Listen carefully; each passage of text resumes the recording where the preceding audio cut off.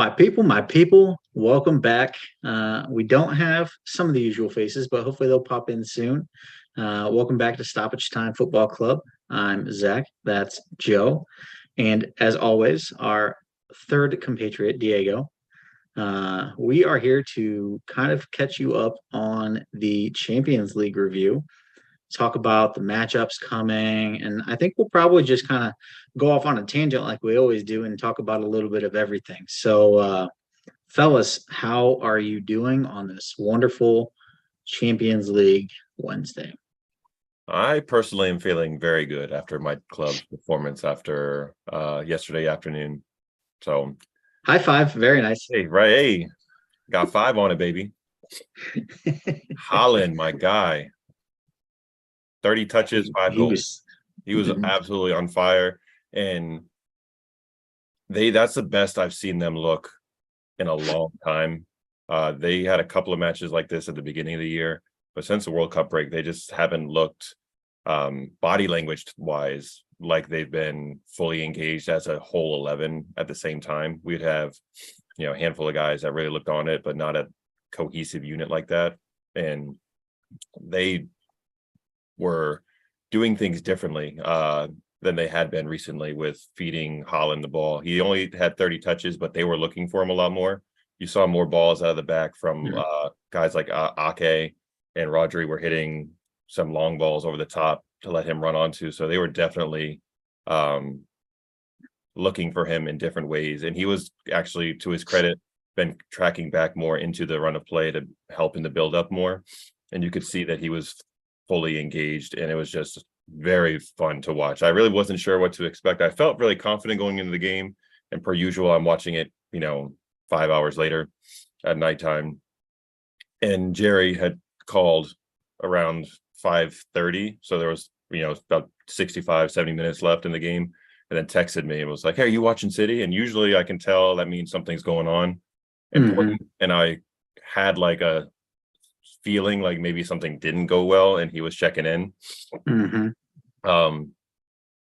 But it turns out it was opposite, and we were putting a beat down on Leipzig, and they didn't really look into it at all, Leipzig, and we certainly took advantage of it. So we needed a game like that badly too to get some confidence going into the last part of the season, knowing that we're going to have to be chasing Arsenal in the Premier League, and we have FA Cup still to play for, and really wanted, I think, show that we are still one of the teams to beat in all those competitions.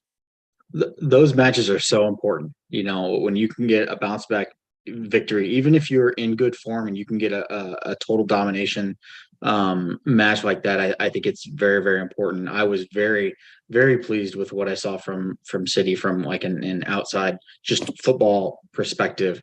So seeing that was very, very good. I loved what I saw from Holland, tracking back, like you said, it was good. It was good, clean football. I know Pep caught a lot of flack for his substitution of Holland. Um, yeah, I mean, I didn't really like his cop out excuse and his reasoning behind it. Whether that's accurate or not, I don't think it really matters. I think the bigger thing was, why risk injury? Why risk anything when you have, truthfully, much more important matches to come? That game was well in hand early on in the match, and it was funny because I was watching. I was like, oh, is that Chelsea Timo out there?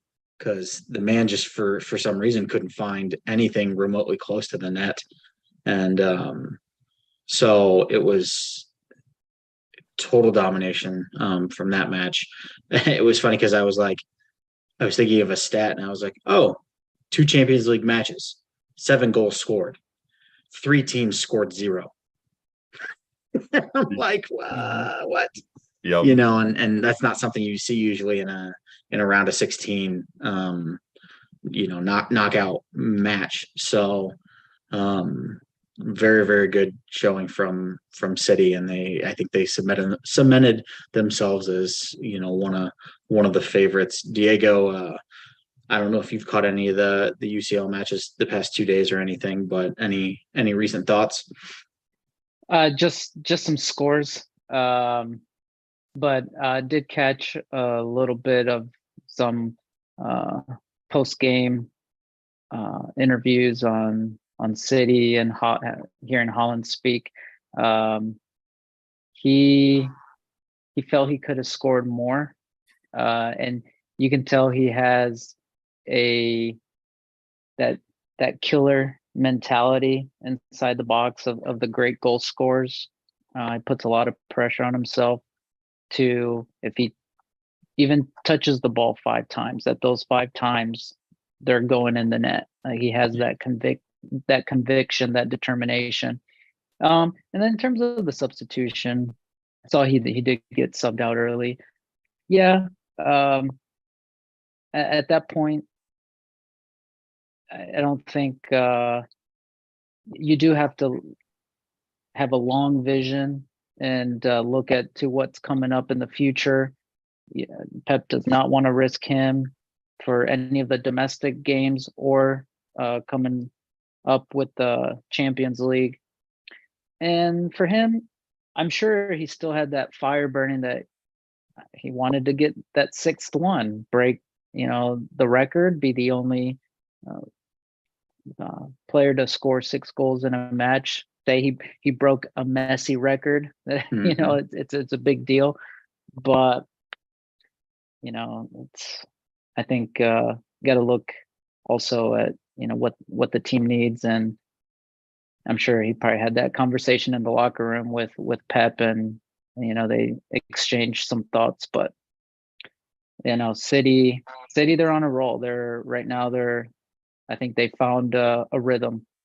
So that rhythm coincided with Ruben Diaz cutting healthy and John Stones getting back, because those two have a really good understanding. And the back 4 that they ran last night, they played the past 2 games, and the defense has looked so much better with a back 4 of Stones, Diaz, Akanji, and Ake out wide. So you're 4 center backs. Yeah. 4 center backs. Yeah, exactly.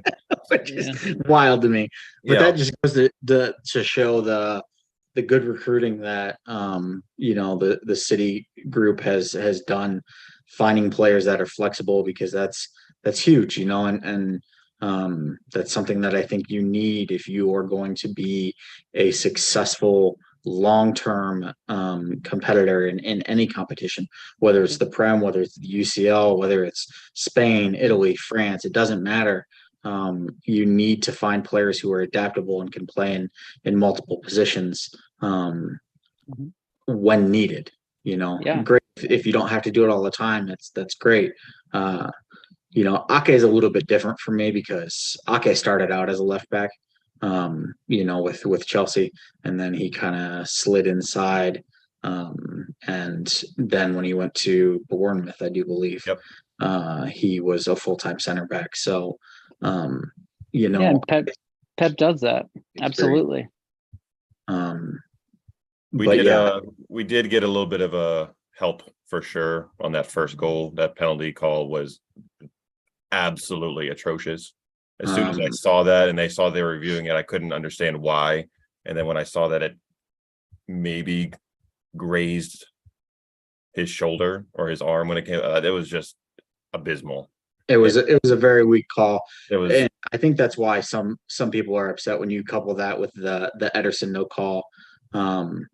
They said he got a piece of the ball with his knee first, which is nonsense. That was 100% a yellow card. 100% a yellow. It was 100% a dangerous play outside of your box. Like, that's a foul. That's a card, any way you look at it. So I think those two things is what people were upset about. Now, that being said, it would not have mattered. It would not have changed the outcome of that match, because in the words of our friend Thanos, I am inevitable. That was going to happen regardless. So I think that there's always going to be a reason that somebody wants to complain. There's always going to be something that somebody wants to complain about. Now that we have our friend Jack here, I'll go ahead, and I know Ronnie would be really upset if I didn't mention the stat that he made sure to tell us yesterday about Erling Haaland. and how he is now outscored. Erling Haaland himself is now outscored Chelsea in all competitions. So there you go, Ronnie. I hope you're happy.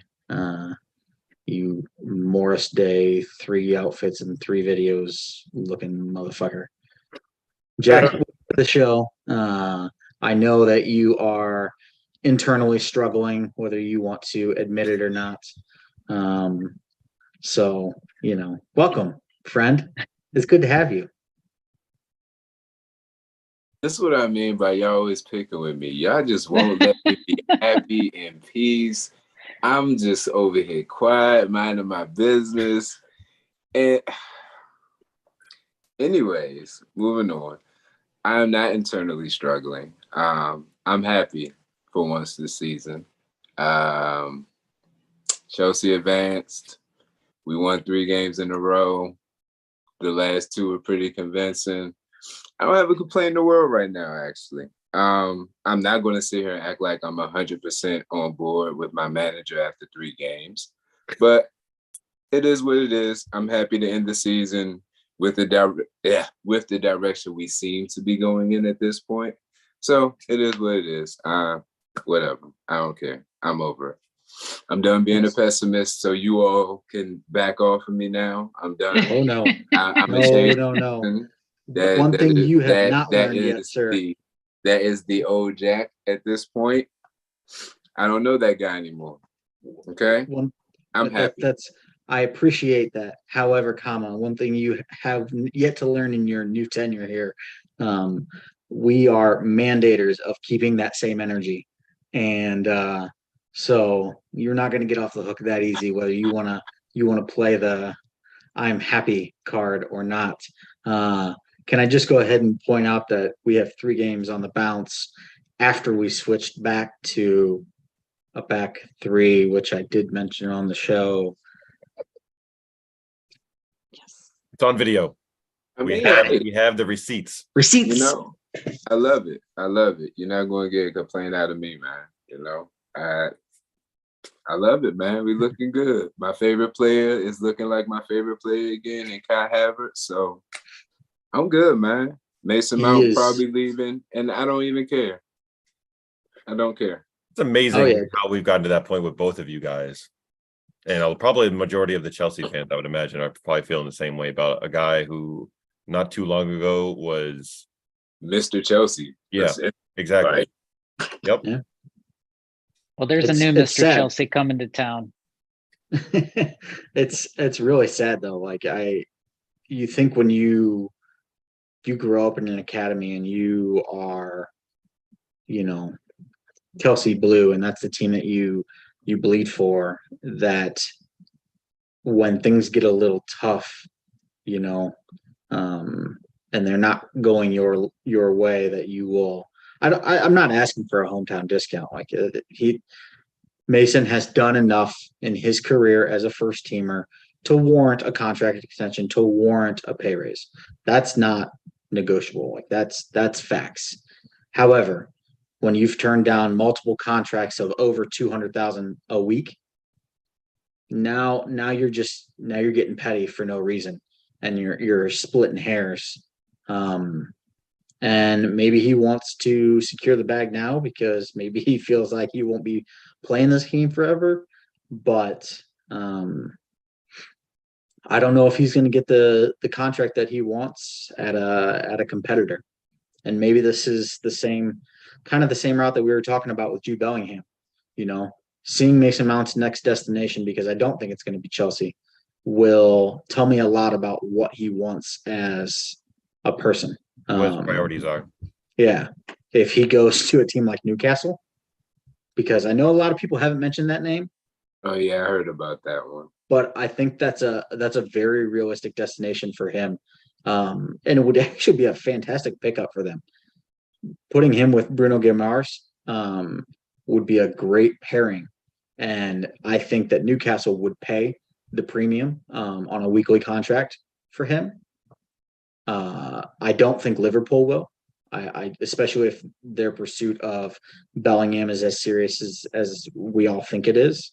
You're gonna excuse me, you're gonna have to pay Bellingham $300K a week. minimum. Realistically, in one where whether it's weekly wages and bonuses and all those things, it's going to equate to about 300K a week. So it'll be really, really interesting to see what kind of character Mason Mount shows at the end of the day. And that's something that I'm sad to say is coming to an end at Chelsea. And I think that Reece James is solidified himself as Mr. Chelsea, and I thought it before Mason. I've always liked Reece more than Mason, but you know, when you talk about a guy who took the contract extension and then just last week he was talking about an interview. He goes, "Yeah, Chelsea almost cut me at 15." He goes, "I was probably the worst out of the group." And, you know, he's like, "I started as a forward and then I went to midfield and then they put me at right back and I hated it. But I was determined to be the best player I could be. And now he loves it." You know, that's the character that I think every manager wants. I think that's what every franchise wants to have.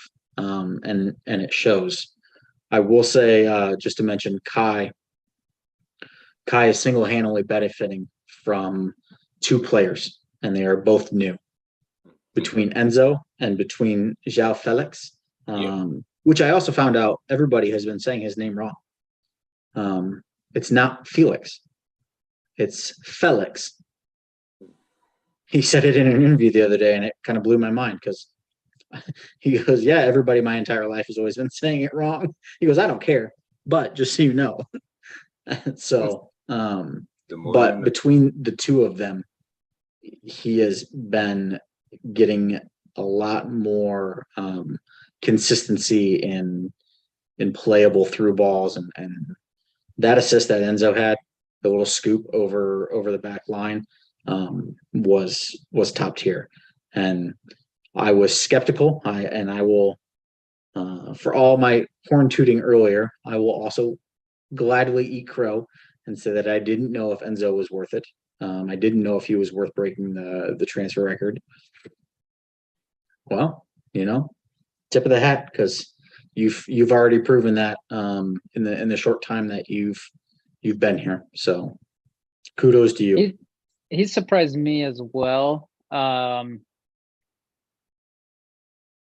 didn't know how quickly he would be able to adapt to the new club, to the new league, and but on the other hand, I'm kind of disappointed in myself because I should have known better. Here's a guy that wasn't even with Argentina. Scaloni had him in his plans. He was given opportunities really late before the World Cup.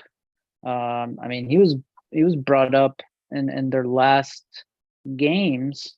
And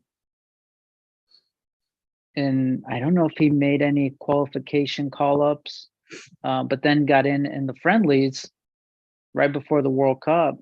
And I was like, "Oh man, who is this guy?" And then situation happened, gets his opportunity in the World Cup after the Saudi Arabia loss. You know, they changed things up.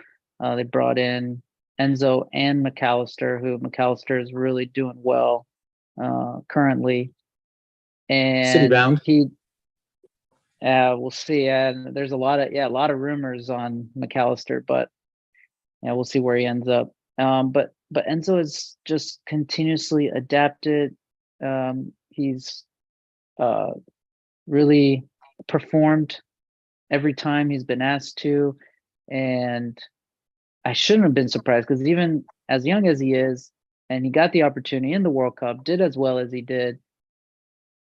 That's where I'm like, man, I should have thought that, or been convinced that in Chelsea it would be no different. He would, you know, suit up and do what is as asked of him and perform. So, but then again, I was like, I don't know, because you know, going from Portugal, being with a team, and then going to the Premier, with another club, and it's a club that right now has got a lot of eyeballs and there's a lot of pressure. You don't know how they're going to react. So, Well, but I'm truthfully, glad he's Enzo doing doesn't. really well.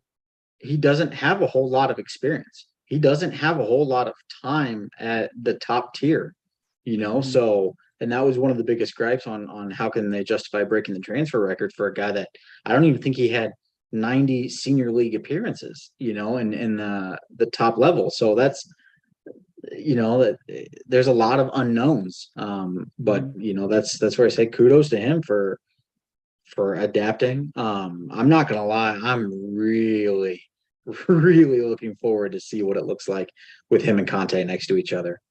Because that's gonna be It's going to be a gross. tough midfield. Yeah, tough midfield. And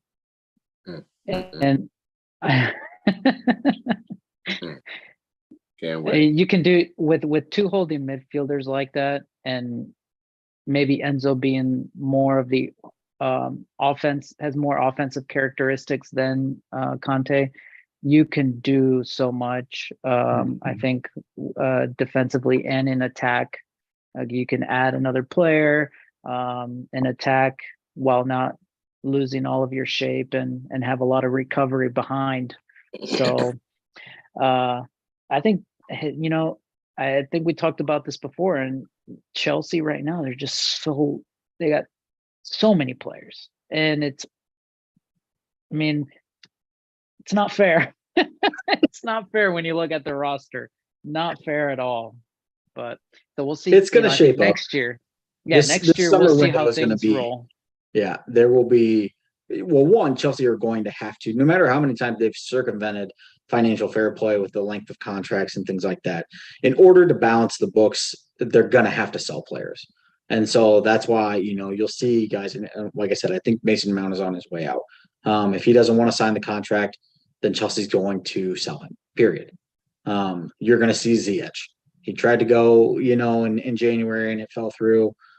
Pulisic is gone.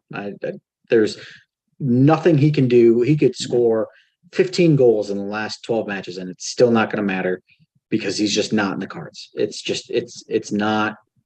Yeah. He is never going to break into that starting 11.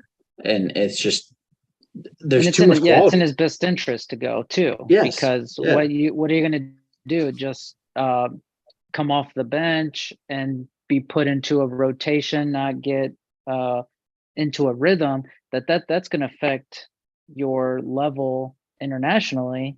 Yeah. And what coaches internationally most want is that rhythm. They want to see their players continuously playing week in and week out and not come off the bench, because what good are you going to be when you're coming to the national team out of rhythm and the rest of your teammates have a lot of game minutes. So and yeah, apart from the books, that's going to be the case with several guys on that roster. They're not going to want to be on the bench, and they know, right. With all these acquisitions, well, what am I doing here?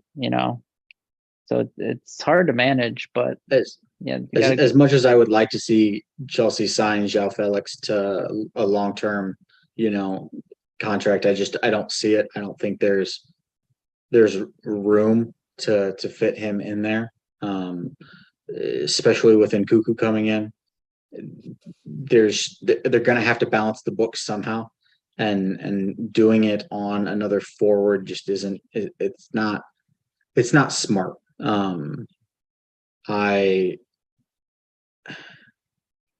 I think he's been brilliant and he fits really, really well, but I don't see it. I will tell you this, Joseph. Yes. If you want Benjamin Godsend Chilwell, no, it's going to cost you $100 million plus because that man is on fire again. You know who else is on fire? And I really, really appreciate him. Kovacic. Kappa.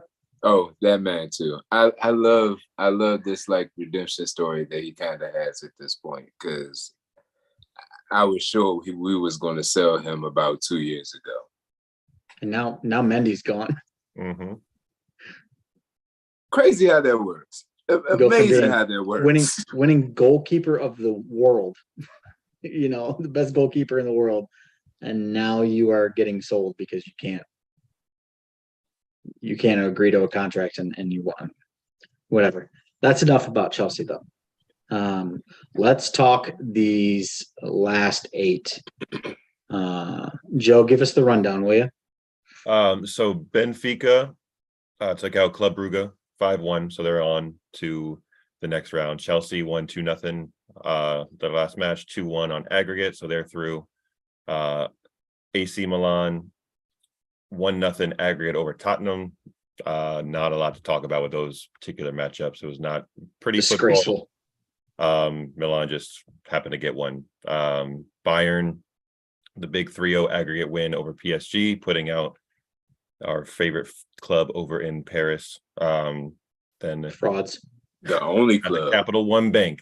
Aaron, we got you, brother. Inter, another Italian team, beat Porto 1-0 on aggregate. Your boy Lukaku is moving on, fellas. I know you're thrilled by that. Didn't Lukaku score that goal in the first match? Yes, he did. Yes, he did. I love it. In stoppage time, if I I'm love not it. mistaken. I love it. I love it. Let me tell you. City went through 8-1 on aggregate over Leipzig. Napoli took care After of losing the business. first match 1-0. Who us? For time. No, they tied 1-1. Tied 1-1, yeah. Napoli took care of business 5-0 on aggregate against Frankfurt.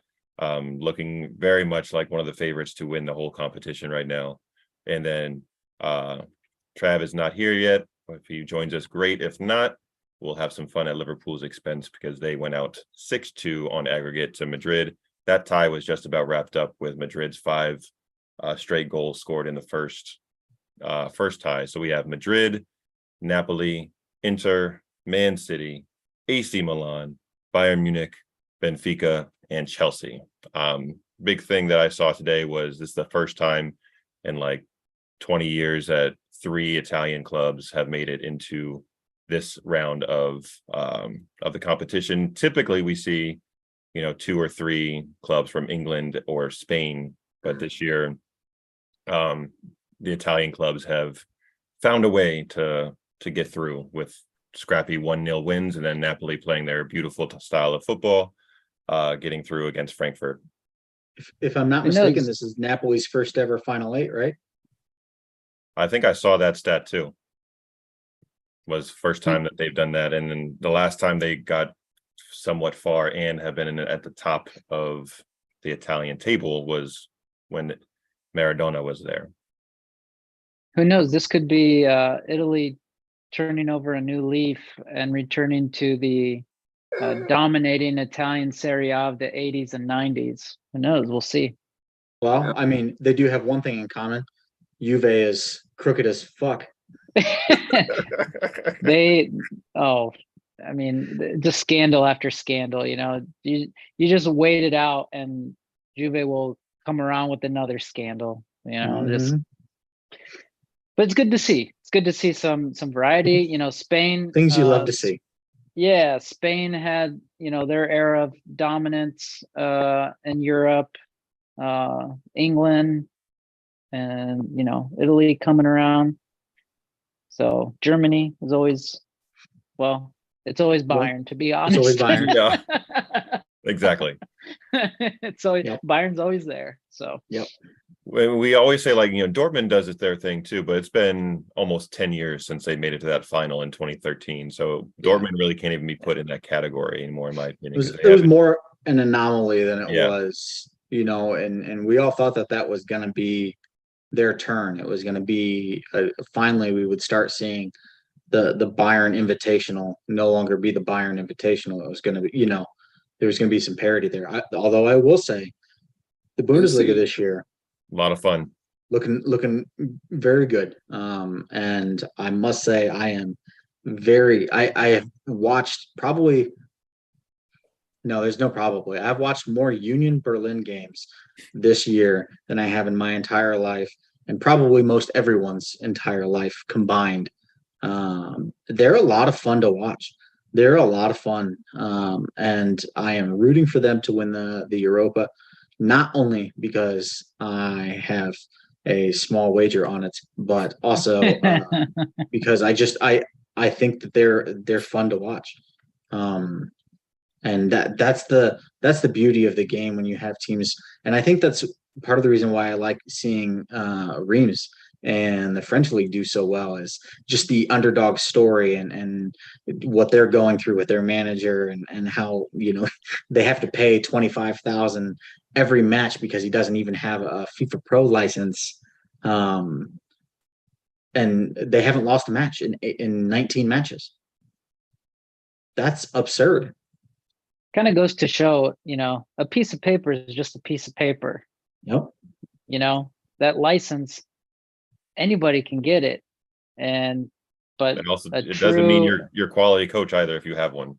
exactly. That doesn't put a stamp of approval by any means. It just says you went through and sat through a bunch of courses, rubbed elbows with ex-pro players. So Look at Pochettino. He has it. Shout out Julio. Don't let Julio hear you.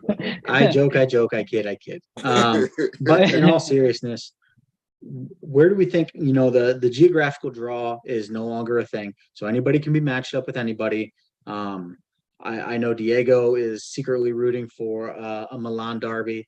Are It'd be there nice any to other see. matchups that Who would- anybody I would anybody really wants to see? Like, it doesn't have to be, two powerhouses going. Like, tell me why you want to see, Napoli play Bayern. Is it because the style of plays? Diego, you hit it on the head there. Like that matchup right there would be some fireworks.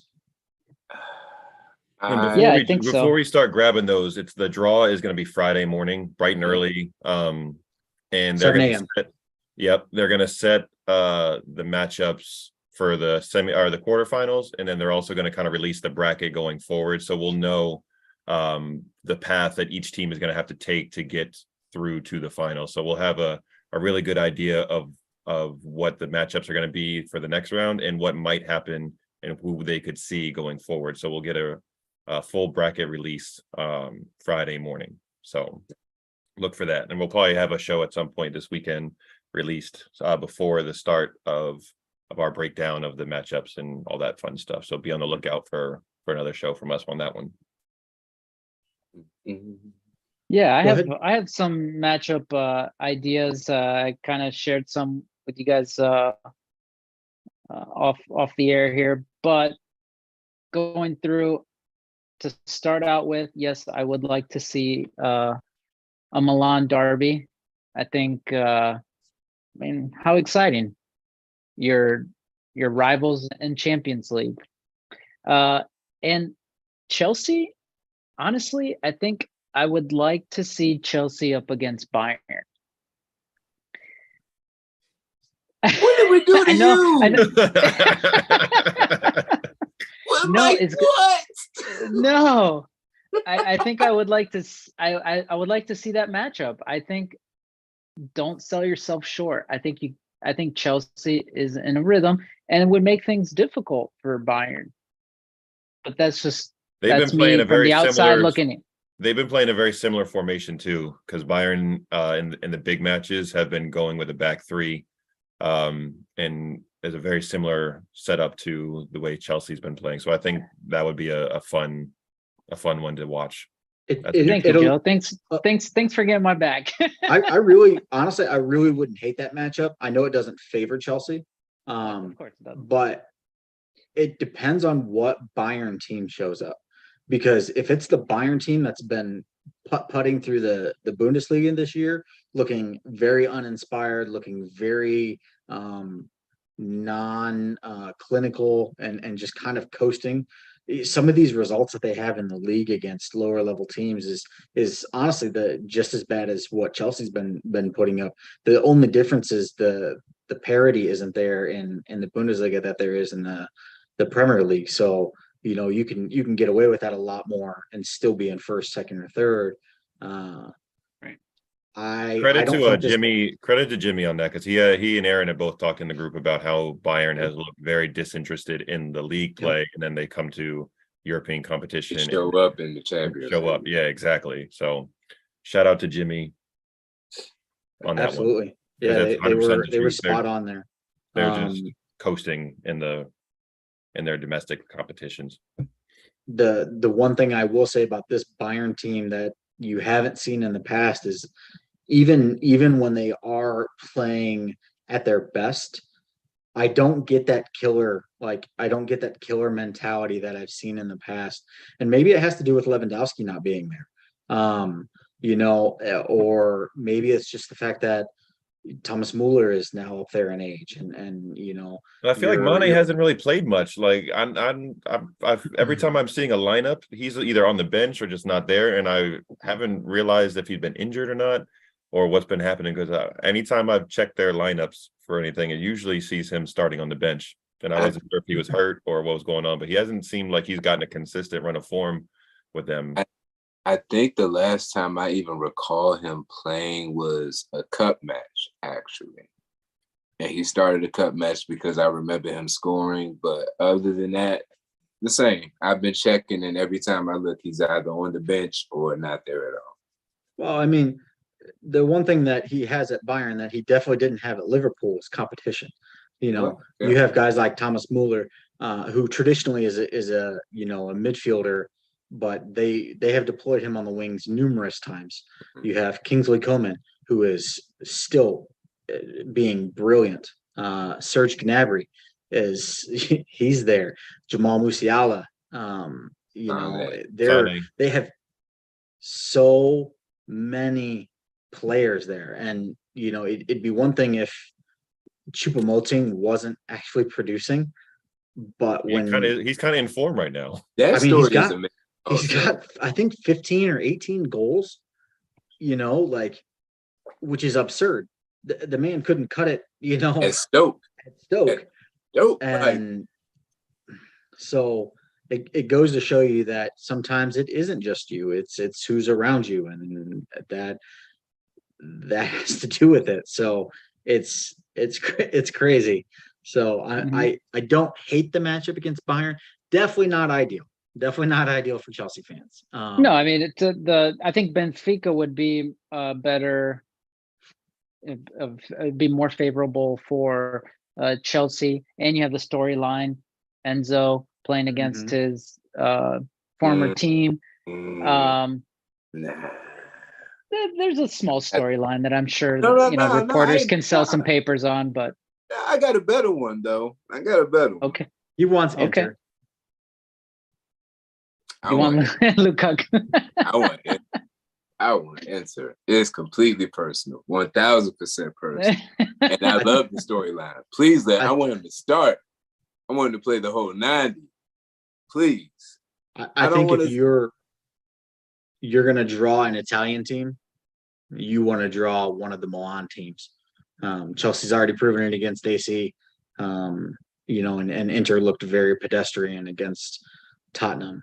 I think you sure as hell don't want to drop Napoli. I would love to see Napoli versus Benfica.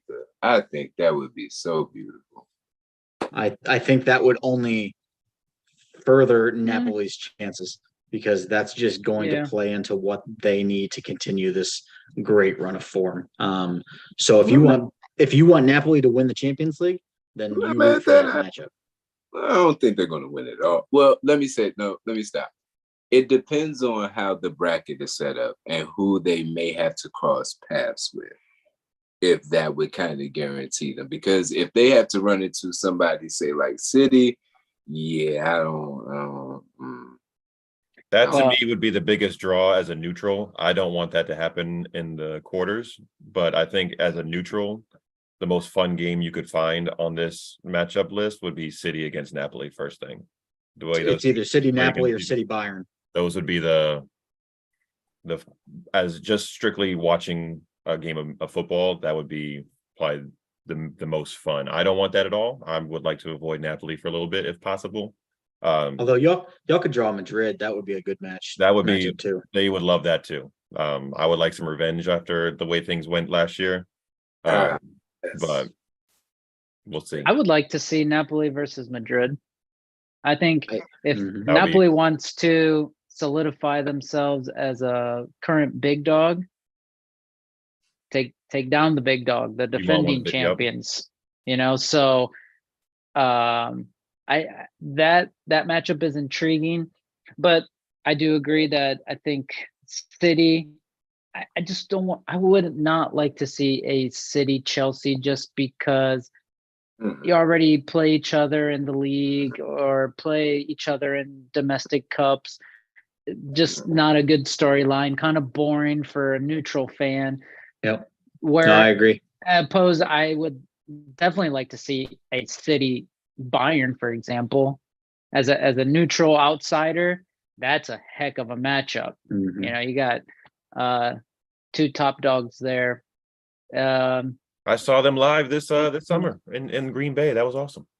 Oh, nice. Both those squads in Green Bay. That was Holland's first goal as a City player. Whoever I gets think. oh, go ahead. Go ahead, Jack.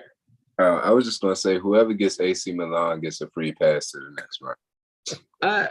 Don't be so sure. Look, I know Chelsea thoroughly went through them earlier in the group stages, and they squeaked by. But that team can be dangerous. They have when Leao is on, when Tonali is on, they have the talent. I don't care what you say. Fikayo Tomori might still be the best center back in the Italian league.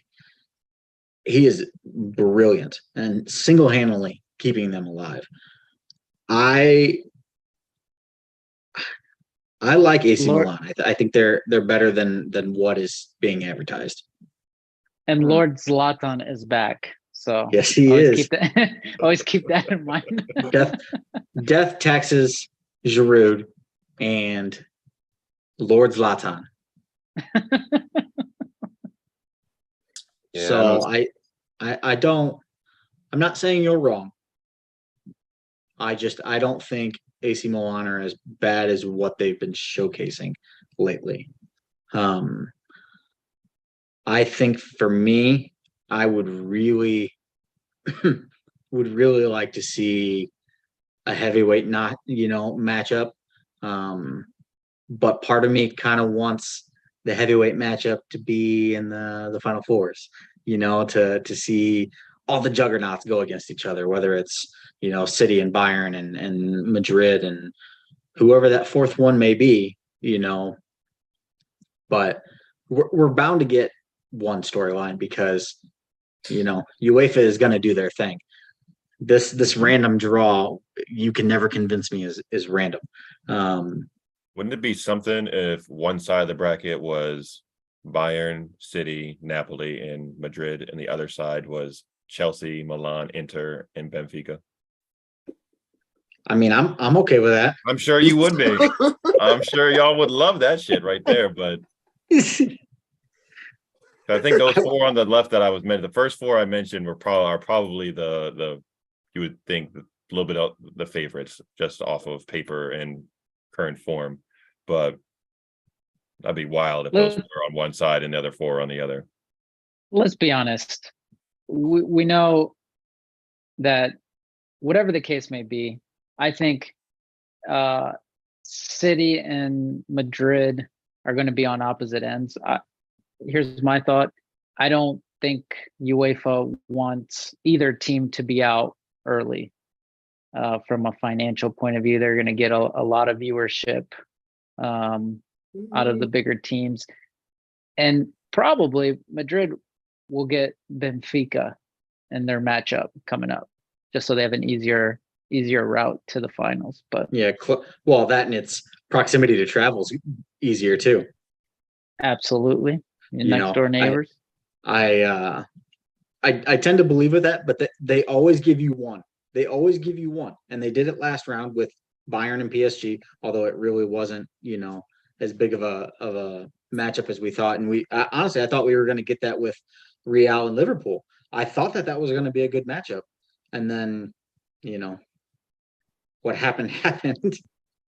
And that's all I got to say about And that. neither one of those two turned out to be much of a match. PSG didn't even score a goal in either match, either leg. So I've been watching PSG a little bit this season, and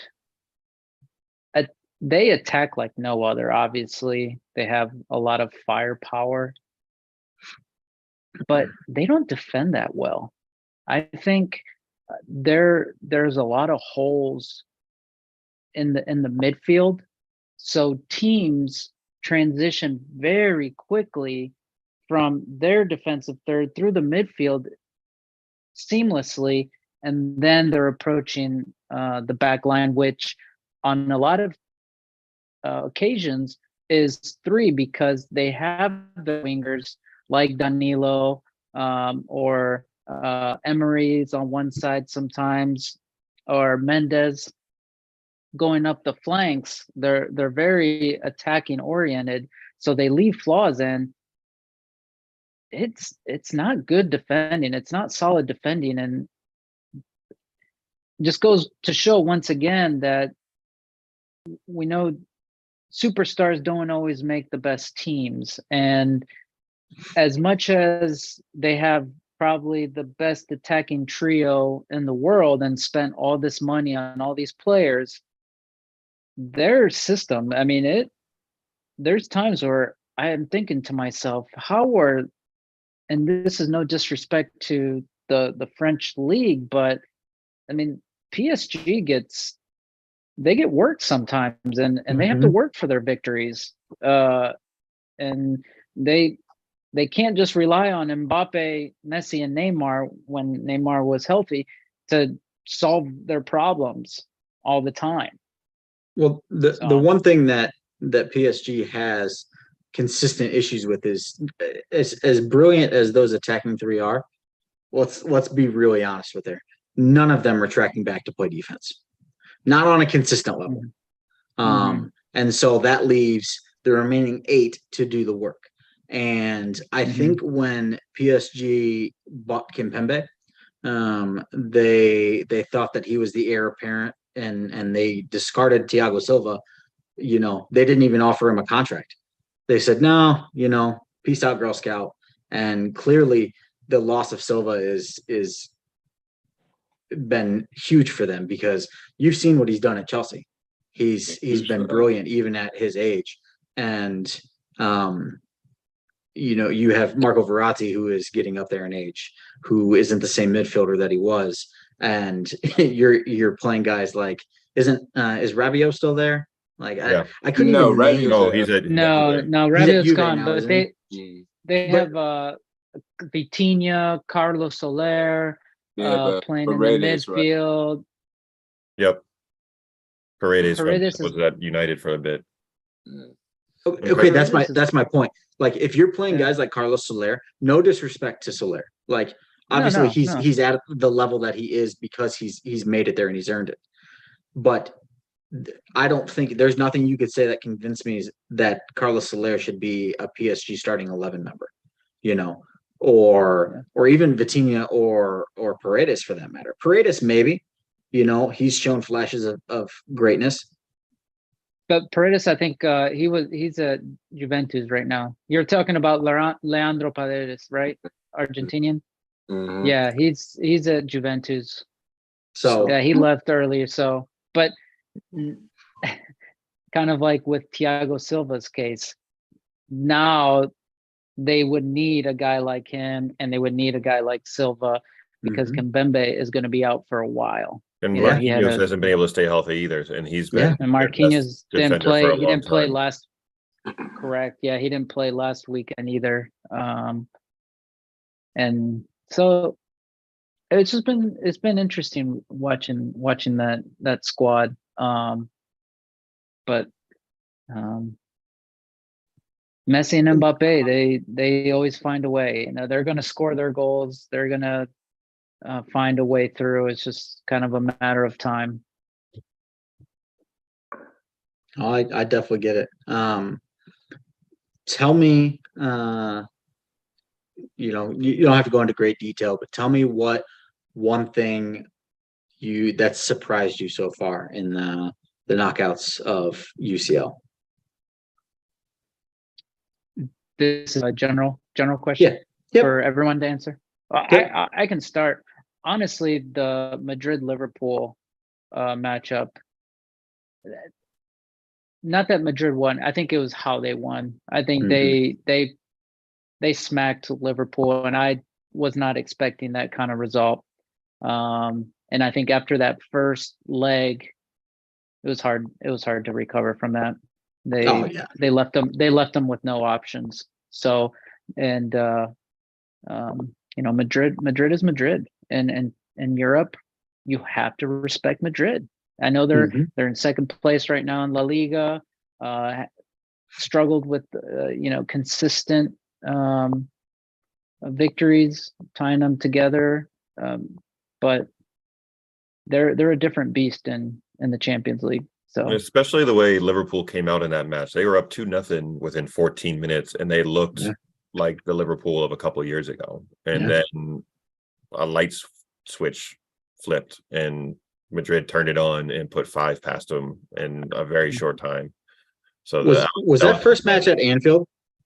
Yeah, like that. That credit alone for that.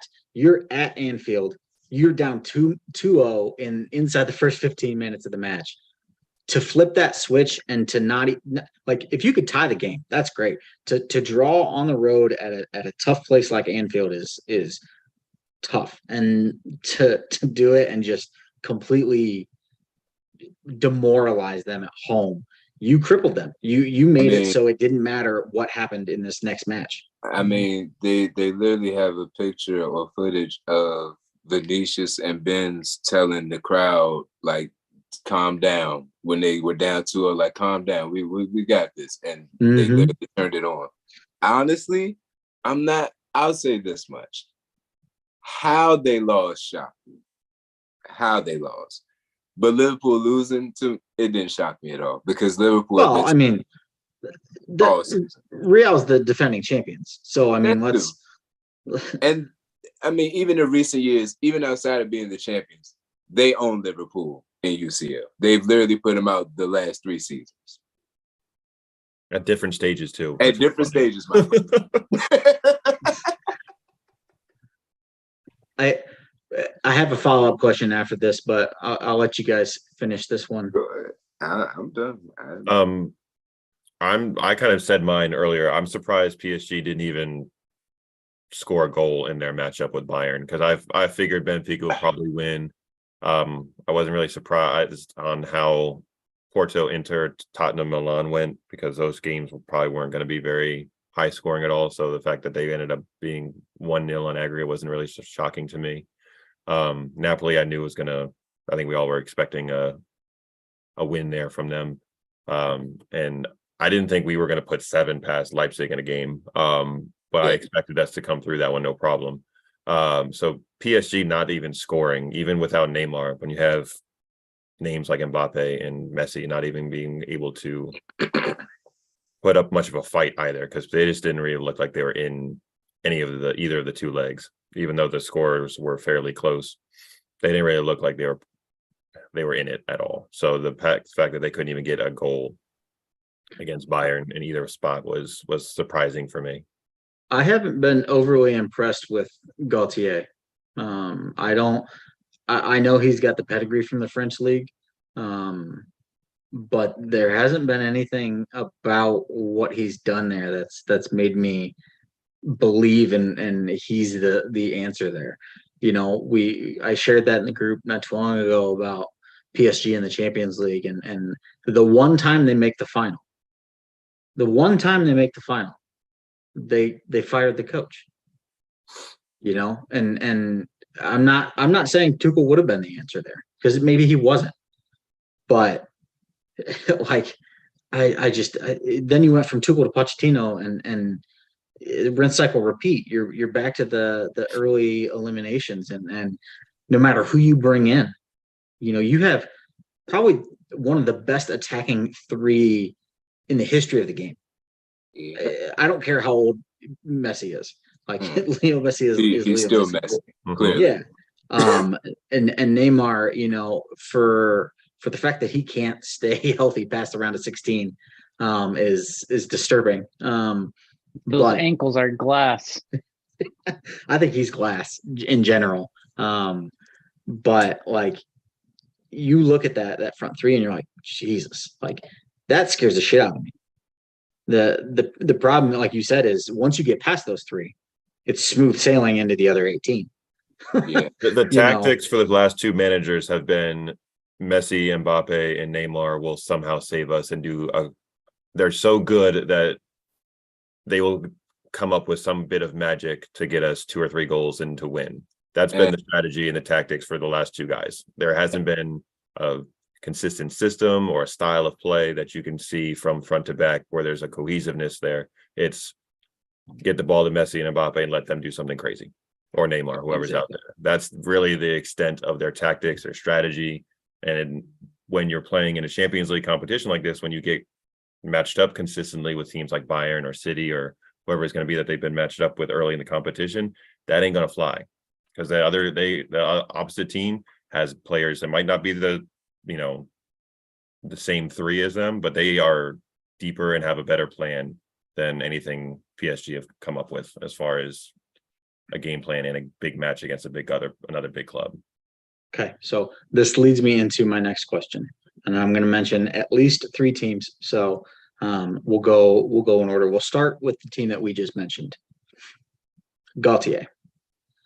I don't think he's. Realistically, I assume he's going to be fired in the offseason, given their early exit in the Champions League. Clearly, we've seen in the past that it doesn't matter whether they win the league or not. That doesn't keep you safe. So who do you like to go back to Paris? Like who's PSG's next manager? That's a good question. I'm That is not. a good question. I'm not saying that I want him to be the manager. So let me get that out the way. This is not what I want. I'm not even saying that I think it's ideal from necessarily a tactical view, but I think Zidane would maybe be the only person who could maybe get all those big personalities together and actually coach them.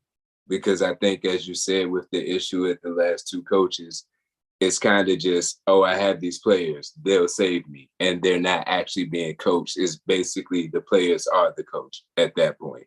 So I think that he would maybe be the only person who can actually get, if it's going to be that core three, because we don't know what Messi's doing. Mbappe saying he got regrets about Madrid. Who knows with Neymar, they talking about selling him. So it's a lot that has to happen. But if it is going to be that core three, I think he would maybe be the only person who could do it. The one thing that Zizou would give you for sure is, and this is just my opinion, maybe it's not true. I think PSG recently has struggled to attract high profile talent. You look at the names that have come there. Yeah, Messi, like obviously. But recently you don't see the big marquee signings. They signed Kimpembe, and they signed Donnarumma. Great signings. Donnarumma is brilliant. I mean, we all knew that. But it used to be where it was perennially, PSG had multiple high-profile signings. Zizou would definitely help that, and would allow people to want to go to Paris. Now, granted, Paris has its own draw. It is Paris. It's one of the most wealthy clubs in the world. But you don't even see guys like Giorgio Wijnaldum. And not that Wijnaldum was a world beater, but at least he was a marquee name. Like I think Paul Pogba needs to go. I think Paul Pogba, maybe he can get healthy, and escape that world at Juve. I think he would be a good signing. I think Zizou would definitely benefit from that. What do you guys think? I know I'm beating a dead horse here. I know but hear me out. Just hear me out on this one. Hear me out on this one. I'm gonna say his name, Marcelo Gallardo. Okay, but hear me out. He was an ex-player at PSG, Okay. so he knows There's the a club. connection. He also played at Monaco, so he knows the French league. He's an ex-player that I think, hey, if he wanted to make a name for himself in Europe, I think I know. here's a high profile bench and locker room to manage. Test your luck. Yeah. Um, Think I know. and I know you guys are going to get a kick out of that, but I was like, wait, just hear me out. Just There's a wait. connection. Just There's a wait. connection there, you know. So he played according stats here. I think just one season or 1 year at PSG, but we'll see. I mean, a connection's a connection, think- whether, no matter how finite it might be. Mhm. And plus he's got the Monaco connection. That's, the French league as Mhm. a whole. So I don't think it's a bad idea. And I think if he wants to make a name for himself in Europe, you got to go somewhere. And so I think that could be a definitely a good fit for him. Joe, you got a name? If I'm PSG, the ultimate goal is to progress in the Champions League, right? That's the big competition, much like City. They want to win that competition. So if I'm PSG, knowing that Ancelotti is going to be coming up on his contract soon, I would put a full court press on Real Madrid's manager Interesting. and go for him because he has a proven track record in the Champions League, and he's also bounced around quite a bit. So if I'm PSG, I would put a full court press on him and see if I could get him to come to Paris. I think Ancelotti might have already engaged in conversations for the Brazilian national team. I saw that they're It looking at hasn't, Yogi Low too, or Yogi Low. But yeah. who knows? So great choice. I don't know if That's just what I would do. I don't think that's going to happen, but that would be my Hey, you never know. my choice if I was PSG because I want to win the Champions League and he knows how to do it. So Absolutely. Interesting. No, Interesting that's that good. you mentioned Ancelotti, because the name that I thought one of you was going to mention has actually been linked with replacing him recently. at Madrid, No, I'm good. I'm not going to speak that evil. I don't want it to happen, so I'm good. That would hurt. That would hurt, wouldn't it? I'm good. y'all talking about TT? Listen, man. Allegedly, Listen. allegedly, I've Tuchel has. had a family death recently, and I lost my dog. I do not need Thomas Tuchel to go back to PSG. I would lose my mind. Okay, I'm holding on by a thread. No. I think I think the most recent rumor is that he's been learning Spanish Yes, to replace Ancelotti at Madrid. Which, if you're going to lose Ancelotti and you need a replacement that's got a proven track record, there are very few out there right now that can fit that mold that you could pry away. I know that they're also looking at Xabi Alonso. He's been a name that's been recently linked with him taking over Madrid. So, that's definitely interesting. And it's funny you mentioned that, Joe. So tip of the cap there. The next club. Go ahead. Oh no, I just one last thing about Madrid. I know I saw Arbeloa. He's in the youth academy at Madrid and is having some success. So U19s, right? He's been like tearing it up with them. Hmm. Yeah, I think he's So, like, oh, something like that. so I think Arbeloa, um, if Madrid goes the route of keeping it in house, giving him the opportunity, like they did with Zidane after coaching in the academy, and I think he was coaching Real Madrid's reserve squad or the B squad, Mhm. and having success there. So maybe you don't need to go find the high profile coach. Maybe the answer is, in house with Arbeloa. But It's not a bad shot either. Mhm. We're gonna segue back to the Premier League. It's pretty apparent that Antonio Conte's time at Tottenham is run its course. Tottenham are about in crisis mode as far as like what they're going to do. What is their next step? They're not even a bridesmaid. The saying "once a bridesmaid, always," or always a bridesmaid, never a bride. I don't even think they're a bridesmaid because they still, other than that one final, you know, they're more flower girlish than bridesmaid. Mhm. So what does Tottenham have to do? Who does Tottenham have to hire to become become a powerhouse, to become competitive? I don't think it matters who they're going to hire at this point because they still have the ownership and the management that they currently have, and they haven't shown the ability to field a competitive, on a regular basis, high level squad outside of hoping to finish in the top four and maybe making a little bit later run in one of the cup competitions. So it seems like the guy who took over for Potter at Brighton has been playing some really attractive football, and De Zerbi? I would probably look at him if I'm them, but they've gone that route before where they've gone high profile a lot lately with Mourinho and Conte.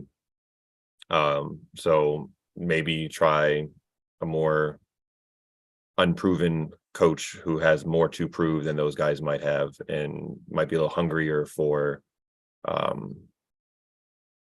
than Mourinho and Conte were to progress that club, and it might have more of a long-term vision than those two, because we know that those two are great to come in for a short period of time, but their tenures at most clubs are 2, maybe 3 years max. Mhm. But I honestly, with Levy as the chairman and owner, I don't think it's going to matter, even though they have a brand new gorgeous stadium and you're right in London, so you got a beautiful city to be in. I don't think they run their club the right way to consistently be able to challenge for trophies and not just be part of the competitions. The only thing I'll say before the other two jump in real quick is I hear you on that, because we all know Levy is less than ideal, but it can be done, because as much as I know you despise this fucking club, United made a home run hire in Ten Hag, and he's shown how quickly you can turn things around, even with garbage ownership, because the Glazers are trash bags. So it can be done. Will it be done is another thing. The minor counter to that will be that even though United's ownership is crap, they still have the allure of United behind them. And absolutely. I just don't see players, because you got to get a good manager, obviously, but you have to have the players too. And I just don't see top tier players choosing Tottenham as their destination, regardless of who's there, Agreed. unless they get somebody who's changing the culture.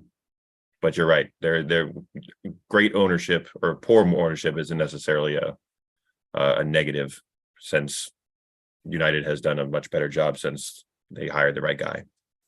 But I don't see a lot of Ten Hags out there right now for them to take over this particular window. Absolutely correct.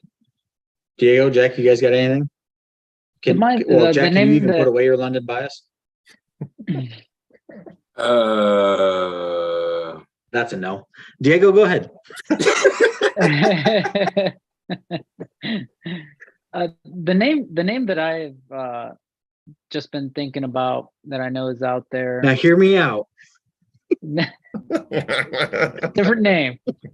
Different name. I think I'm off the Marcelo Gallardo bandwagon here.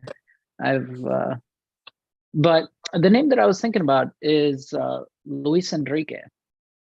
I know Be a he's good he's fit. out there in the market, and he's a guy that I think could step up to the challenge if he's interested in the Premier League. Or the second name I kind of had in mind, but I don't know if he will be willing to go back to club football, is Martino. Spending so much time in the international game, coaching various countries, that maybe, club is not where he wants to go back to, and tries to find another opportunity for another national team. But who knows? Those kind of names came off the top of my head, but we'll see. I'm sure there's tons. I mean, look, I don't know if Lampard is going to be out of a job, and maybe wants to try again. I don't but think Frank would ever. It was one thing to go to a different Prem team like Everton because it was, a different city.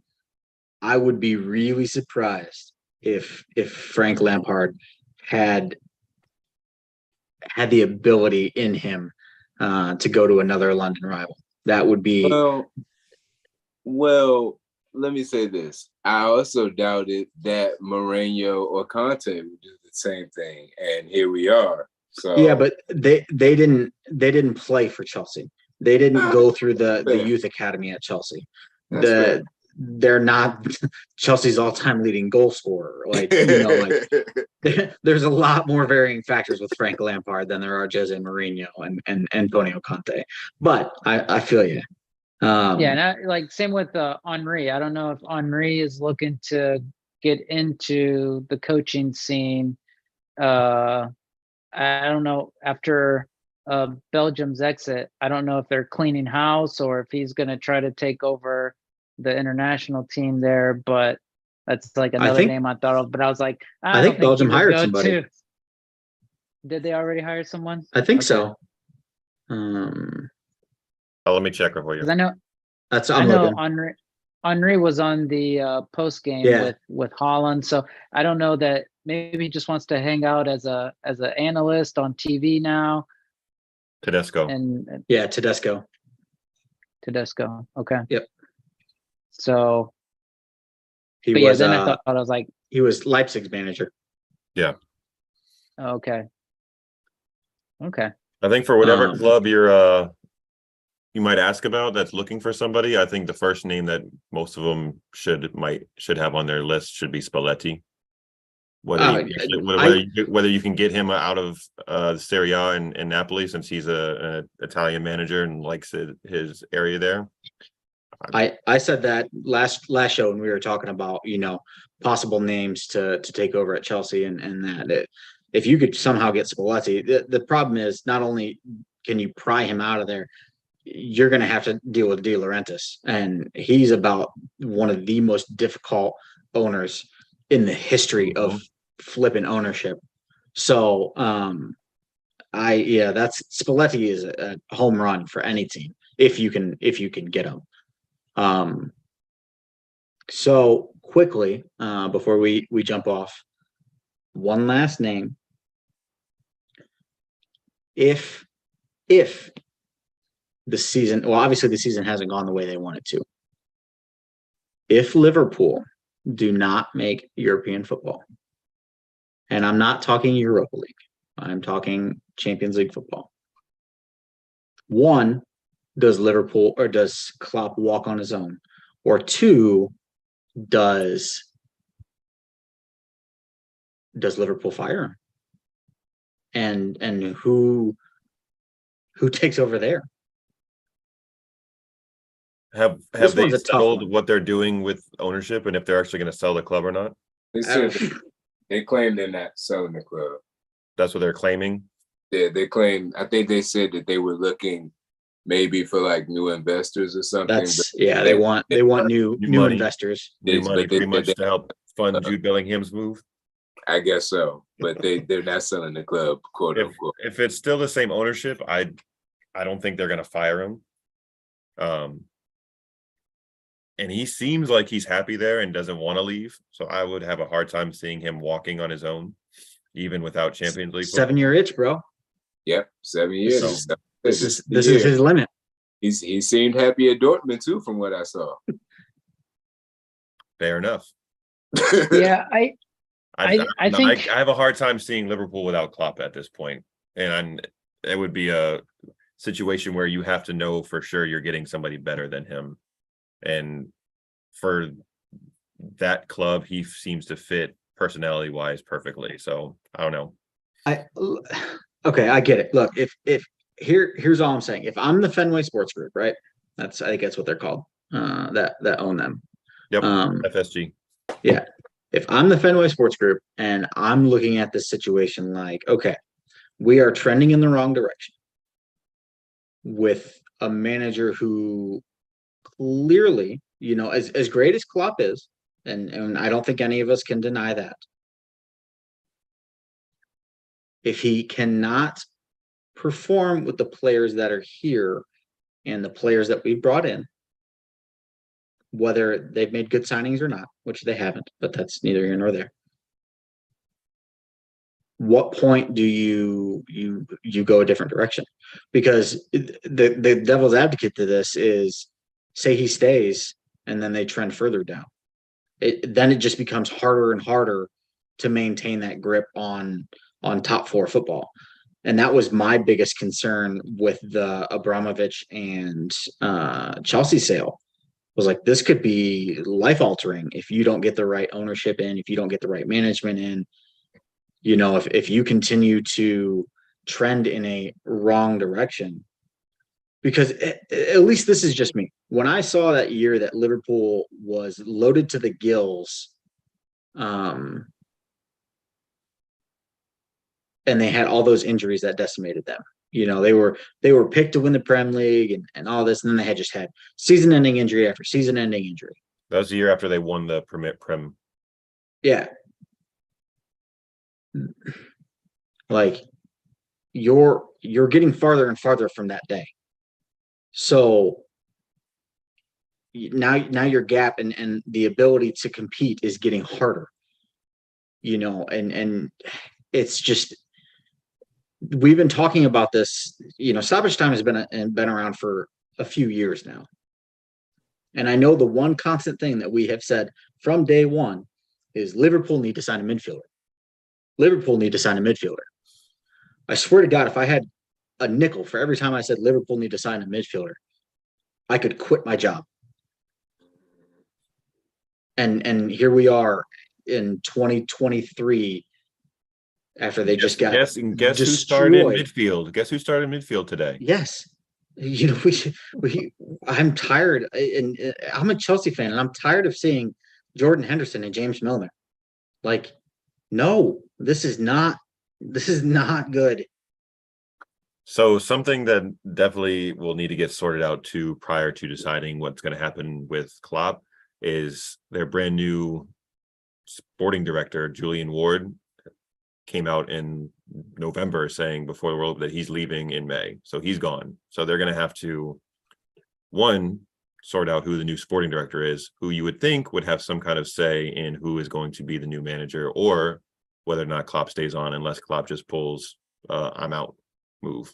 So they're going to have to sort that piece out too, because he was fresh onto the job in the summertime as the new sporting director, and he already decided in November that he's leaving at the end of this season. So they're going to have to sort that out too. He came in, he saw the culture, saw what Liverpool was about, and was like, you know what?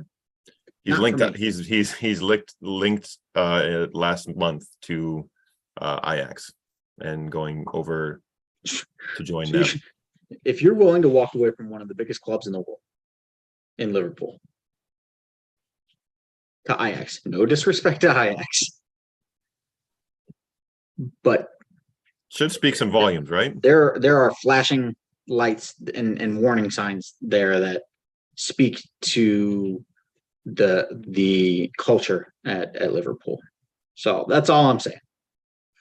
I got a soft spot in my heart for Ajax. They're like Barcelona's farm team. So Yeah. you know. Yeah. So thanks to them, that Barcelona has been able to sign some really young special talent. But I just want to add in there with the Liverpool situation, I'm not well versed or have not been following their situation, but I think personally, I think they should keep Klopp at least another season and see just respect to him and what he's been able to do, and also give him an opportunity. Maybe if they do sign other players, I don't know what route they're going to be taking, but to revamp a little bit. And if not, I think you guys mentioned his name earlier, possibly being linked to Madrid, but maybe there'd be an opportunity for Xabi Alonso. That would be a good homecoming. Head back to Liverpool and try his luck managing the squad. Honestly, so, Diego, that's a fantastic mention. An absolutely brilliant mention, because I mentioned him with Madrid, but I didn't even think about him going back to Liverpool. He's proven, not that he's been super successful, but he's got tenure now in top flight football, and second tier football. So like, I think he knows what it means to play for that team, and Exactly. That's something that I think helped Frank at his time at Chelsea, is when you bleed for that club on a cellular level, it means more. You put in the extra hours, you put in the time, the dedication. So the tip of the hat there, because that's a fantastic mention. Gentlemen, he's currently the coach at Leverkusen, and you know who plays there that plays a position of need? I think they have midfielders there, right? They do. They have some young, super talented one too. Frimpong's there, right? Works. There you go. There you go, Jack. So if you're looking for a midfielder that knows how to work under Alonso already, that wouldn't be a bad way to try to lure some midfield talent. I'd be really upset if I saw Julian Wirtz in a freaking Liverpool kit. Yes. Don't they have Frimpong there too? I believe so. Yeah. They also have our boy Joe. Is Thiago Alcantara still with Liverpool? He's constantly hurt. He's part of the injury crew, and he's always hurt too. So that's sad to see, because there's a player that I think if he was healthy, he can still provide. When he was healthy, they were a different team when he was healthy, for sure. But that's the problem, is you have one quality midfielder. That's what I was going to say. That's the problem, though. Even if he is healthy, you have him, and then that's where the list ends. Yep. So when he's not there, you're relying on Henderson, James Milner, and a bunch of those guys, 19-year-olds that have some potential, and Harvey Elliott, and I can't pronounce the kid's name. That started as you know what I'm talking about. I can't pronounce that kid's name. I'm even gonna try, but they're not ready for top tier matches yet. They have young talent that can take over. Like they have the kid from Fulham, Fabio Carvalho. Yep. He's there too. Like, so they keep playing him at wing. They don't even put him in the midfield, which is and again, this is they love their perpetual midfield. issue at There's Liverpool. nothing wrong with their midfield. It's perfect in the midfield. Well, on that note, gentlemen, I think that is a good stopping point. I want to thank you all for joining us. Thank you all for those in the comments. I saw Kobe and Kyle there. My We boys. appreciate you. I would encourage all of you to continue to like, subscribe, turn on notifications, join us on Facebook, and join the talks. We had some good engagement on the post today talking about UCL. We love to see it. We love having newcomers. Look at Jack. He was an outsider, and now he's a regular. So, it can be done. It can be done. The underdog story is there if you want it. But anyway, I want to thank you fellas because it's always a pleasure to share the room with you. Any parting words? Come on, City. Ugh, man, Yeah. that's gross. I feel disgusting now. Dale Boca. Yeah, Have no. to make the charge there. So, well, everyone keep your eyes posted. There's a lot happening in the Argentinian league. Who's The in first? There's a team, San Lorenzo, that Zach has joined in. That is doing really well. They've took over first place, and as I kind of thought, Lanús was at a hot start, winning their first 4 matches, but since then has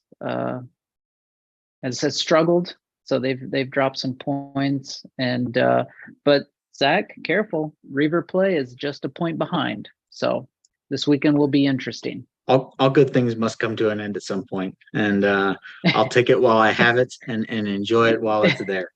That's Yes. all I'll say. With that being said, that's Joe, Diego,